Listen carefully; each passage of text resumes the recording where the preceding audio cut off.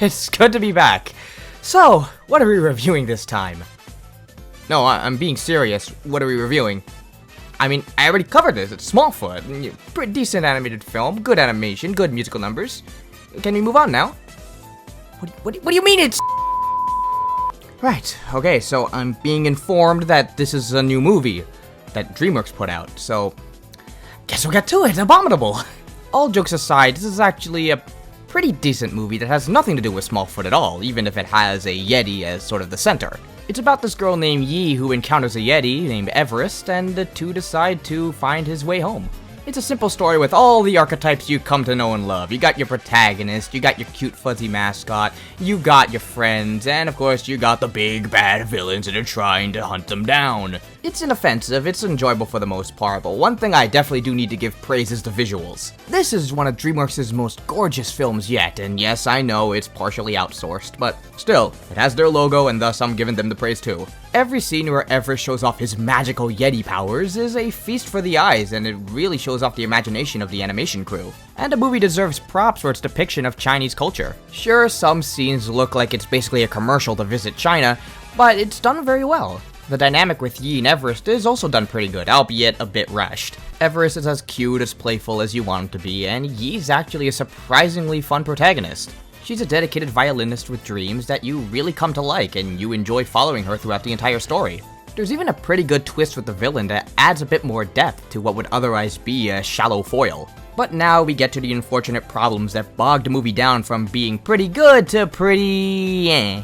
As much as I praise Yi, Everest, and the villain, the rest of the characters are absolutely annoying. They're absolutely one-note stereotypes, they have absolutely no depth to their character, and even when they try to flesh it out, it just doesn't work. Especially the kid. There was one scene in the film that made it look like he died.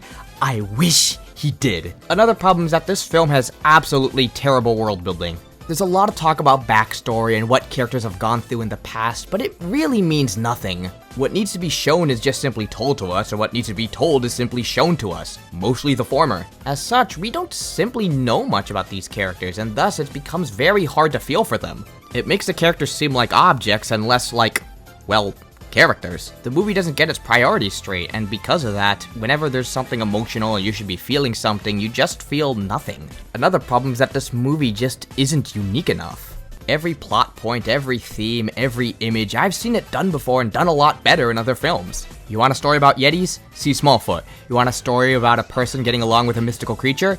Boom, How to Train Your Dragon. You want a movie about Chinese culture? Bam, Kung Fu Panda or Mulan. You want a story about characters riding on overgrown plants? Bam, Sonic Heroes? Regardless, because of this, there's just nothing here of substance that really makes Abominable stand out from anything else I've seen.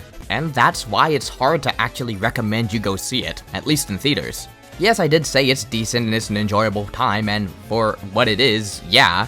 Problem is that despite its strong protagonist and its enjoyable villain, the weak backstories, the terrible supporting cast, and the fact that not a lot of it is original, you just get a lot more from watching something else. Abominable ain't an abominable film. It just isn't impressive either.